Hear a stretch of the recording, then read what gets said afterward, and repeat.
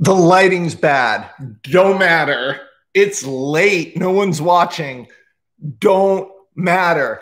I'm in a captain's hat. I'm in my pajamas. I'm in sweatpants. Don't matter. Okay? Here's what I want to do right now.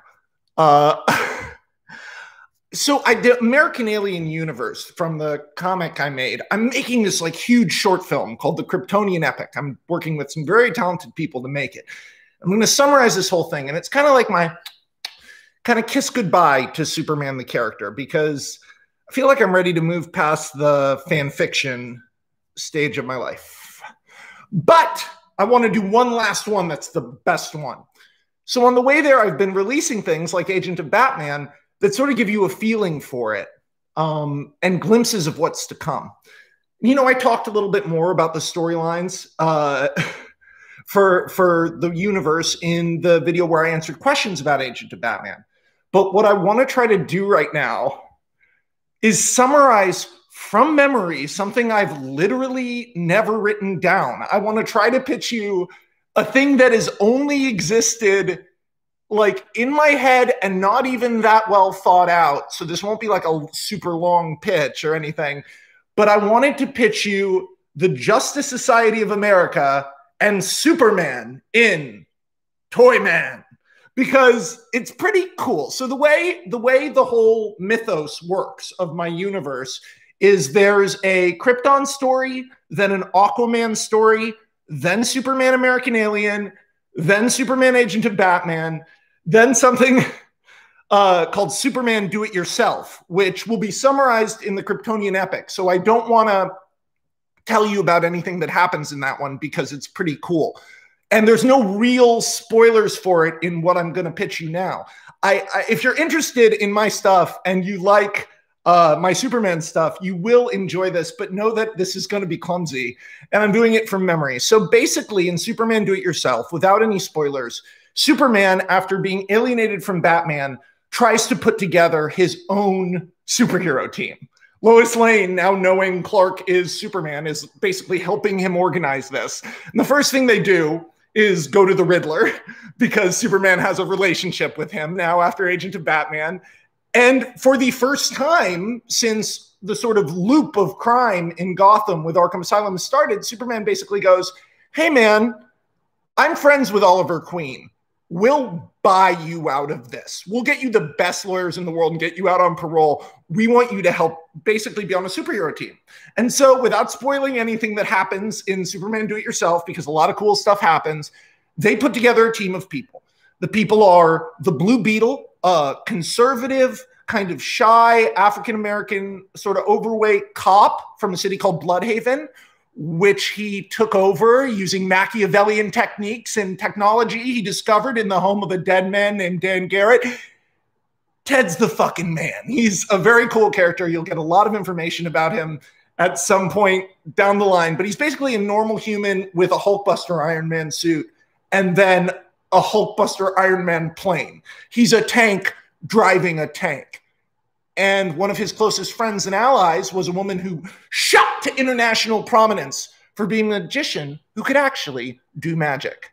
Her name is Zatanna Zatara, and she appeared from almost nowhere and then suddenly had millions of Instagram followers and was this beautiful woman doing giant magic shows because she got there by magic. For years, Zatanna Zatara had been basically the personal prisoner of a maniacal billionaire named Lex Luthor.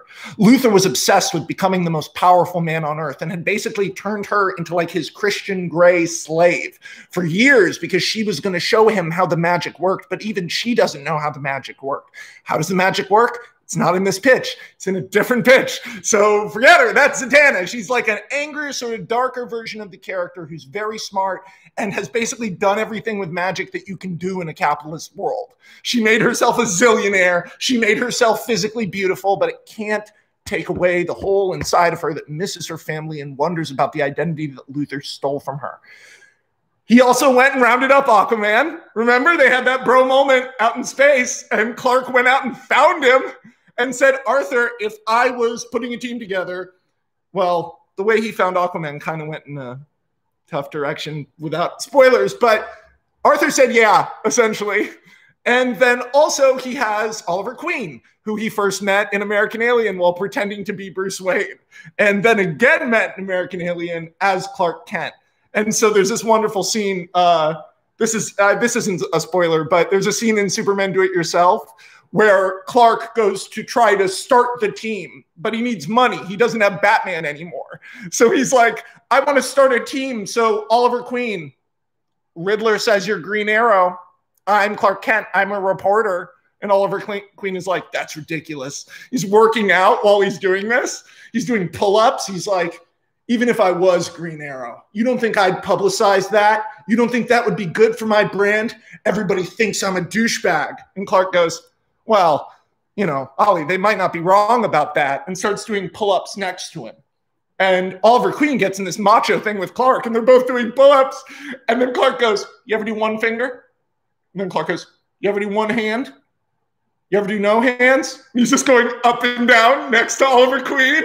And Oliver Queen goes, drops. He goes, you're Superman? And Clark goes, like that. And Oliver Queen goes, no, Superman doesn't do that. And Clark goes, but that's all Superman Do It Yourself. That's a different pitch. Needless to say, they assemble a team. But the problem is my DC universe is very small. It's more like a Harry Potter or Game of Thrones universe, a very specific selection of characters who interact in a very specific series of ways that are meant to help their emotional arcs and get them to certain places for what I feel the end game of the DC Universe characters should be. And of course, that's just me. I'm a fan who was been lucky enough to actually write the characters for the company.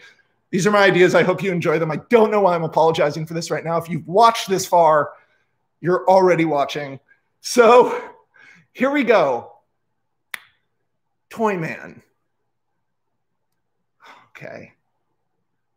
How do you propose to the news? Well, you can't. You can't propose to the news. The news is a concept. Media is a concept. You can't propose to a concept.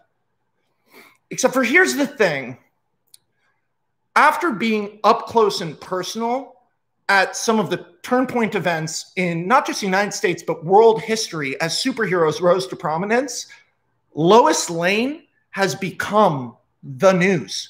She, in the most polarized time in American and world history, as demigods rise around us and demagogues take political office, humanity has come to trust one voice, the voice of Lois Lane. They trust her. They believe in her. Lois Lane couldn't get married to a person.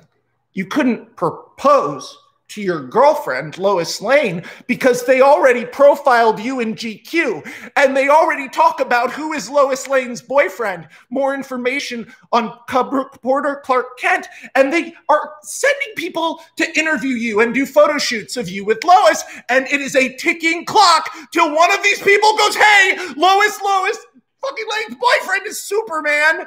There's already memes. There's memes of Clark Kent is Superman. There's the Spider-Man meme of Spider-Man pointing at Spider-Man. And fucking everybody's sending Clark this. His parents are going, you need to really think about what you're doing with Lois because you're putting yourself in a tough... Pete is on the phone like, Clark, you need to make a decision soon about what you're going to do with the Superman thing. Clark is like, no, but here's what's going to happen. My life is going to remain normal. I'm going to be able to continue being Clark Kent. I'm going to work at the Daily Planet. I'm going to get married to my girlfriend who I love. And I'll just keep being Superman and nothing will get more complicated. And you know what? Things will get easier. You'll see. The world will get better. This is just a tough period. But when the world sees that we united as a team, they will get better. They will have hope, right? Isn't that why we did this, Ollie, for hope? Ollie is like, yeah, but there are no supervillains. You know, there were 6 supervillains now. There's the ones in Gotham, but the world doesn't even care about them. There's nothing for us to unite to fight. Nothing's threatening the world. Just fucking global warming, climate change, and fucking starvation and capitalism. Those are the threats to the world. Actually, Clark, I want to tell you more about capitalism. Not now, Ollie. So here's the crux, which is that Clark wants to progress his life in a normal way. And he can't propose to Lois.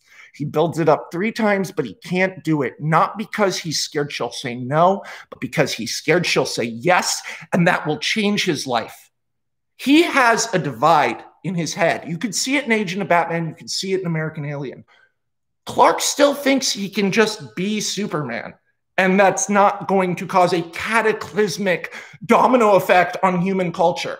Because this isn't DC Comics. I'm not trying to sell you 100 years of these. I'm just trying to tell you one story that's big. So Superman can't be Superman. He couldn't be Superman in the real world. Like, it's such a joke. No one can keep a secret. That's why, like, QAnon is so ridiculous. It's like everyone would be like posting to their Instagram. Anyway, so fuck. This is when you freestyle. I like lost it. And now I'm like trying to, where is it? What happens next in the story? We cut to Singapore. In Singapore, there's this guy. He doesn't have a name. No one knows who he is. He's a Malaysian guy. He's about 56. He goes under the alias TOYMAN because that's his holding company. And let's talk about holdings here, because this guy has almost no liquid cash, almost none. But he is Satoshi from Bitcoin. So he has that much money. But then you take that and you wrap it tighter. Google who Satoshi is. You'll find no answer and be delighted that it's actually TOYMAN.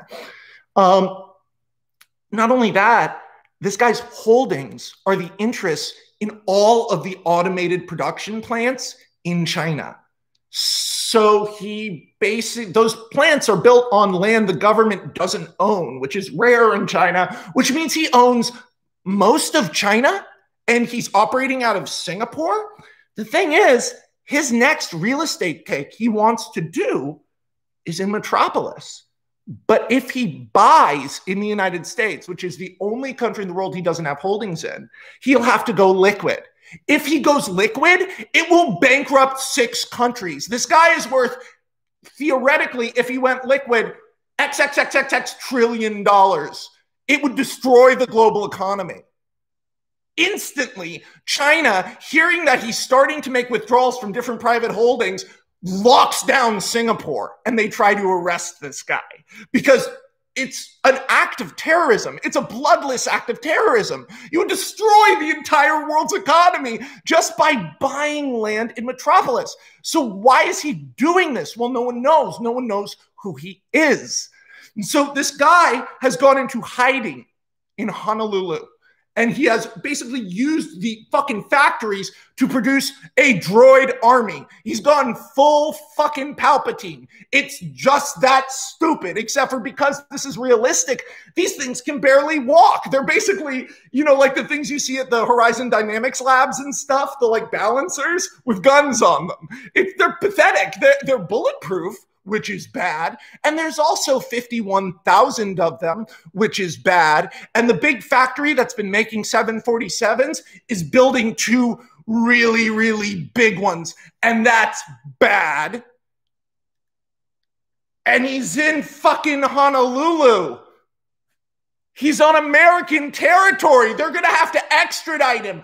America, who's terrified of this situation and doesn't trust China to handle it, is like, we got him. China is like, no, you don't. China arms nukes. America arms nukes. Lois is like, Clark, now, wake up. Clark is like, oh, it's 3 a.m. It's I was having a dream. Oh my God. There was this big plant.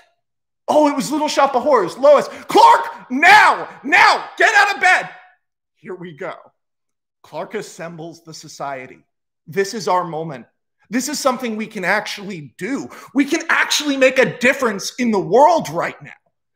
Ollie is like, that would be an extra legal action. We're not mercenaries. We would be interfering in a Cold War. Clark, we could set off World War III.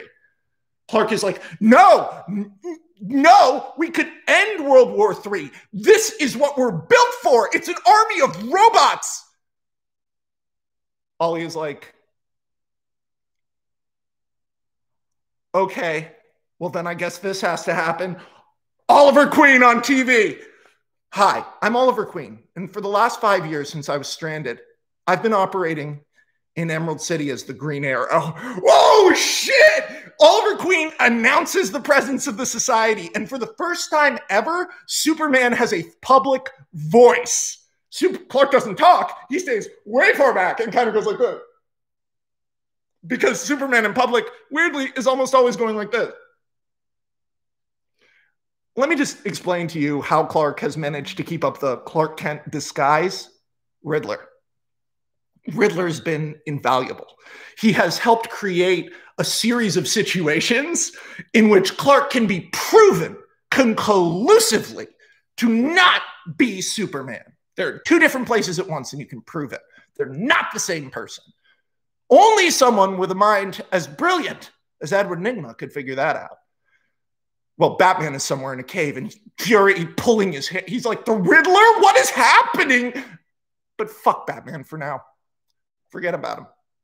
Not important. Meanwhile, on Honolulu, holy shit, it's the Justice Society. What is this, Age of Ultron? Here we go. The fucking gang tanks robots. It's what you want to see in a superhero movie. You want Superman punching a lot of robots, and he does it. And then the big one comes out of the water, and it's 20 stories tall, which is really big. And Clark can't hit it because if they fight it, it'll fall into the city, which is something I've never seen superheroes be concerned about before. It's all they care about. They just try to get it away from the city. They finally get it close enough to the water that it sticks its leg back in. And Aquaman rips off the thing's whole fucking leg. Remember Agent of Batman? Aquaman in the ocean is like ×5 Superman. It's insane. The thing falls down. Clark rips off its head on national television. Everyone cheers. And Zatanna, because she can do magic, basically sets off fireworks. Holy shit, this is on national TV during basically the Cuban Missile Crisis. So everyone was like, what's going to happen? It was like the election times a billion. It's coronavirus times a zillion. It's the biggest news event in history. There's robots in the street. There's robots in the street. There's been like a monster in a city and some crazy guys in costumes. There's a flying guy. There's a guy in armor in Bloodhaven. There's like maybe a monster bat guy, but it's all not clear how real any of it is. And like Superman's real, but like who is he? Who cares? Does it matter? No, it matters. There's robots took over Hawaii. The world has gone apeshit. Twitter shuts down. Instagram shuts down. The internet is basically clogged because all of these servers are like, hey, superheroes just saved an American city from robots. What is happening? And yeah, in the time it took them to destroy all those robots, Edward Nygma went backwards through the entire architectural construction history of the entire islands of Hawaii, all of them. And guess what? He figured out where the bunker is. Here we go, baby. It's the fucking Justice Society. They roll in there like a motherfucker. Tear into the bunker. There's the guy, Toyman. He's crying. He's sitting on the floor with his head in his hands. They're like, what? He's like, it's already too late. It's already too late. It's already too late. He's going to kill my son. He's going to kill my son. He's going to kill my son. Clark is like, what are you talking about? You can't stop him. No one can. Not even you. He's going to kill my son. Lex Luthor. Clark is like, excuse me? The billionaire Lex Luthor, who Clark privately knows is evil, but is publicly beloved? Yeah. He hates that I had more money than him. I didn't. I'm not liquid. I would never be liquid. It would destroy the world's economy. I would never do that. I'm anonymous because I wanted to protect my family. When I became this wealthy, I already had a son. He's 9 now. Luthor saw me becoming this wealthy. He kidnapped my son and he forced me to buy equity in fucking Metropolis. Clark is like, well, but those are your robots, though? Yeah, of course they're my robots. I don't know what to do. I need to get my son back. I just sent the other big one to Metropolis. And it's too late now. It's too late now. He's going to kill my son. It can't save him. It's just going to destroy the city. Clark is like, oh, well, I'm extremely fast, but I'm not bullshit like 70s continuity fast. So I can't get to Metropolis to save your son before the robot gets there? Oh, fuck. Anyone? The entire group is like, we don't know. Clark is like, oh. Dick Grayson sitting in his apartment, just fucking stoned, man. Dick Grayson just stoned out of his mind. He's gotten back into it with Barbara. She's been paralyzed from the waist down. He knows that she's maybe getting involved with fucking Bruce again, which is like, Barbara, don't. But Bruce has drawn her back in. He has like this weird new Robin called, he doesn't even know what he's called. He's like, he just looks like Robin. It looks just like him. It's like the most creepy thing he's ever seen. So now he just, ever since all this shit started where Superman's like, well, I want to start a team. Well, clearly I'm not going to be on your team because I'm not a superhero anymore. I quit being Robin. So lay off. So he's just been getting high a lot and he's kind of out of shape. And he ignores a phone call, which is fine because Lois fucking shoulders open the door. She had the exact same idea as Clark. She's like, something's weird. The United States government detected a robot on the way to Metropolis, okay? The public doesn't know yet, but something's weird. It's moving in on the... Why is your phone ringing? Are you ignoring a call from Clark right now? Dick, do you not know what's happening? Dick, are you fucking high? Yeah.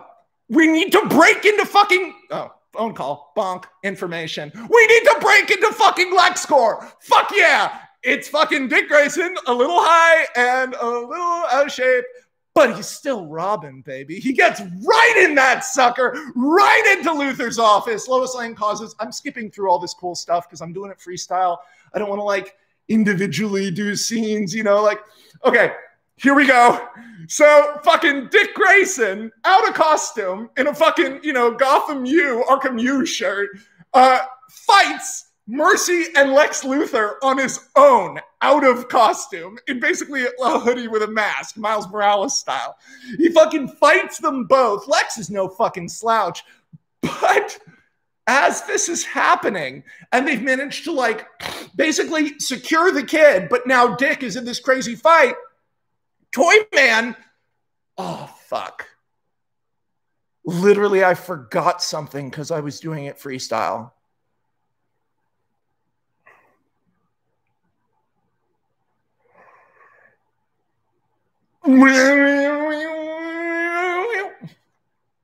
Okay. Fuck, man. I thought I had you. Okay. I thought I had this. I thought I had you listening, and now I don't know. Okay.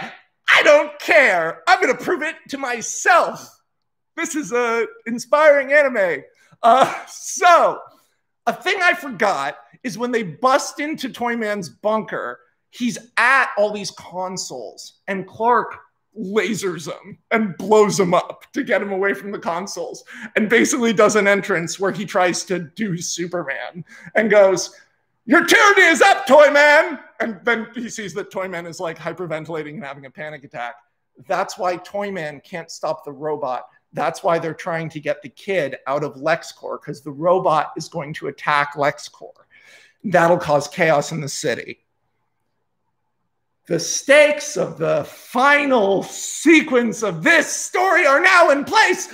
Holy shit, we got the kid. Dick fought off Lex and Mercy, manages to get to the roof with the kid, but the robot is being dropped into the city. This looks like a job for Superman. Clark flies down before the robot can go down, grabs the back of it. This thing is the size of Mechagodzilla. It's huge. He barely even slows it down. But then the bug, Blue Beetle's ship, gets under it. And Zatanna goes, shoo, and of course, billions of birds and doves and bats raise this thing. And then she goes, boom, and balloons go all over it. It's lifted up. Oliver Queen is on this outside of the bug, just like, oh, I'd shoot an arrow at something, but I don't know what. It's just like incredible. This robot is lifted. Superman lifting Clark, bracing till he's exhausted and dropped into the fucking bay where Aquaman flies straight through it, tears the thing in half. Clark lands on the balcony at LexCorp. The kid walks up to him. Zatanna goes, makes a door, opens the door, and closes it. Zatanna walks towards Lex. Clark goes, don't. Like that. And Lex goes, why not? Haven't you heard? You all work for me. On the fucking news. On the fucking news. Broadcasting. Everywhere. Except from Lois Lane. The Society saves Metropolis. Because Lex Luthor called them. Lex Luthor saved the world from Toyman. An exclusive story by Jimmy Olsen. No, not Superman's work friend, Jimmy Olsen. You little fucking rat. You sold out, Jimmy. Clark looks at it and goes, good for Jimmy. Big story. You know you lost, right? And Lex Luthor looks at him and goes, winning, losing. I already won. It's already done. I'm not playing in my league. We've established that. Haven't we, Clark? And Clark looks at Lex and he goes, you know what's crazy that I think about all the time? Whenever I think about you and it makes me mad? If I expose you, the whole world will turn against you. You won't have one friend. All these superheroes, this shit, the capes, I'll come breathing down your neck. Yeah, my life will be more complicated. But Lex, you have everything to lose. If you get rid of Clark Kent, if you expose me, then you're fighting Superman. And I don't think you want to fight Superman. You misunderstand your place in this, man. You're a speed bump. You're not the big thing that ends this. This is going to go on without you.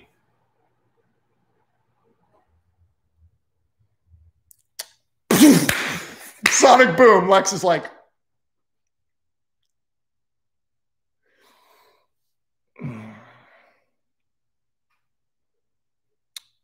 yes, Bane.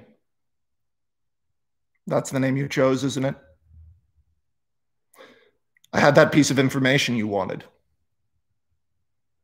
Dick Grayson was Robin. He was here tonight. He attacked me at the behest of Superman, but he's not the new Robin. But we both know what that means. Bruce Wayne is Batman.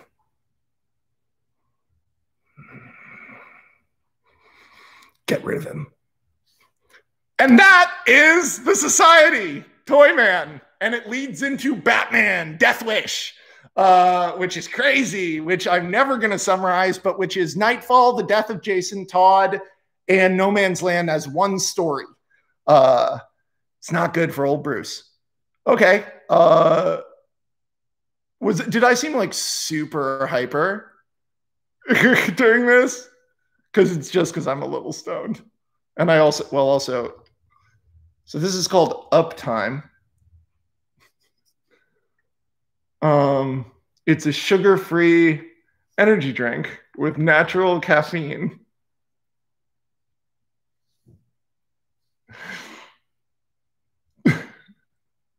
Did I come off crazy or did I sell the story? Because I really wanted to try to tell that story. And I want to think I did a good one. It just, I always, I do most of my Superman stories end up being subversions of what you think they're going to be. It's like stupid. Like, American Alien is about Superman, but really it's about Clark Kent. Agent of Batman is about Superman working for Batman. No, it's not. It's about the Killing Joke.